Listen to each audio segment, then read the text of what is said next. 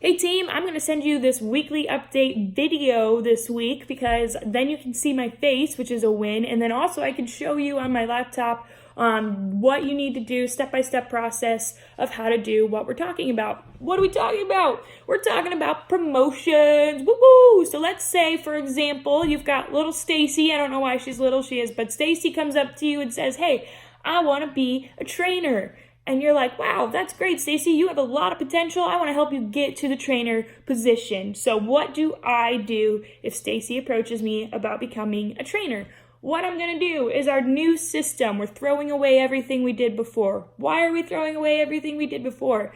One, because it wasn't setting our team members up for success. So they were getting promoted, they're put in a role, they didn't understand the role, they didn't understand the expectations, they feel like they're failing, they're having a bad time at work, maybe not like outwardly expressing, but that can be frustrating if you just don't know. And so we've had enough team members who are in different roles just kind of communicate that with us. So we want to make this the best process possible for the sake of our team. It's going to save us time and energy and a lot of that frustration on both sides, because it's hard when you're running a shift and you have someone who is a team leader, but they have no idea what they're doing in the team leader role. They're not very reliable at that point. So what are we going to do? We're going to set our team up for success. This is going to benefit you guys. This is going to benefit your teams.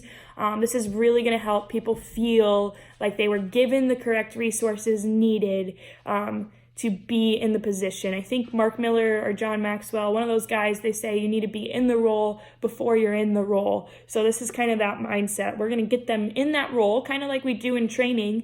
They're not allowed to be operational until they know the role and the expectations at least. They might not be the best at it, but they need to know the role and know the expectations. So that's the same idea here. They need to know the trainer role and know the expectations, and team leader, assistant coach, whatever role it is, they need to know it and the expectations before jumping into it. So what do? Stacy comes up to you. If I'm a team leader, I'm going to take Stacy to her PM, AM coach, whoever it is, whatever day part she works. And I'm going to say, hey, AM, PM coach, Stacy's interested in being a trainer. AM, PM coach is going to be like, great, you have awesome potential, Stacy. Let's get you moving. So what does the AM, PM coach, if you want your assistant coaches or your head coaches want to oversee this, that's fine. Whoever oversees it, this is the process. What you're going to do, I've added to central coaches, airport coaches, the boards that we use for like finding like schedule, order forms, the coach meetings, that stuff. I've added a board on there called the Next Steps cards.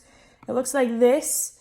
And so on there, we've got trainer, team leader, assistant coach, AM, PM coach, head coach. These two I'm still working on, like just updating, but the trainer, team leader, assistant coach, they're all updated, more current than what, because like the other ones still said like E-Train and stuff like that. But so these are updated and current, and I'm going to talk to you guys about these in the meetings to see if there's anything we need to add, subtract, anything like that. But for now, this is what we have.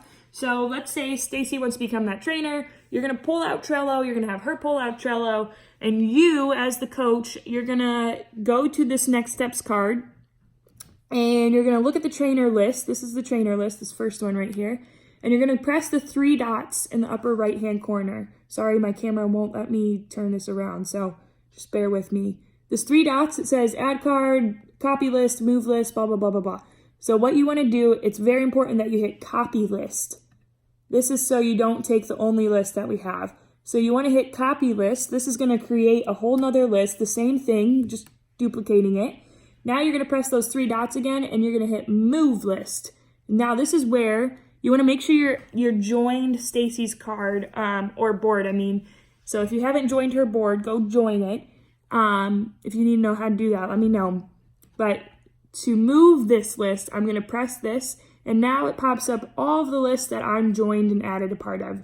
So now I can go find Stacy's name, select her name, and it'll move this to hers. So that's what is the process. You're just going to move that. And now you need someone who's going to oversee going through that list. So everything needs completed on that trainer list before she can apply. Once she has completed everything on the trainer list, team leader list, whatever list it is that you've copied and moved. And now the cool thing is now you have all those lists. So you'll have all her training boards, and then you're going to have this trainer list. Once she's completed that, if she wants to move to team leader, you're going to have that. So you can kind of see the progression of growth there, which is really cool. You can leave comments on those boards. If there's anything specific Stacy needs to work on, once you've moved the list, that's where you can add another card and say, Stacy, you know what? We really got to work on your enthusiasm. You have great potential. You have great leadership potential, but sometimes, you seem upset or whatever it is. So that's where you can add another card onto her list and kind of do some specific training and say, as your coach, here's the general list of things you need to know, but then also here's what I need you to know and be held to this expectation to match our team. So if you have any questions, let me know. Once let me just kind of break it down. So Stacy comes to you, coach moves card, copies list, moves card to Stacy's board. Someone oversees, whoever you want, assistant coach, head coach, someone oversees going through that list. I would say give it a 2-week maximum, maybe 3-week time frame. You're going to go through the list, and then Stacy can apply to become a trainer. You only sign off if you know for sure that the board is completed, that all the trainer stuff is completed. So I really ideally would prefer head coaches to be the only ones signing off on them, so that way they can kind of go in and look and see if they're all at the expectations and see if Stacy really is to where we need her to be successful in this role for our team. She might not be perfect at it, but she'll be great potential, and at least she knows the role and what's expected of her.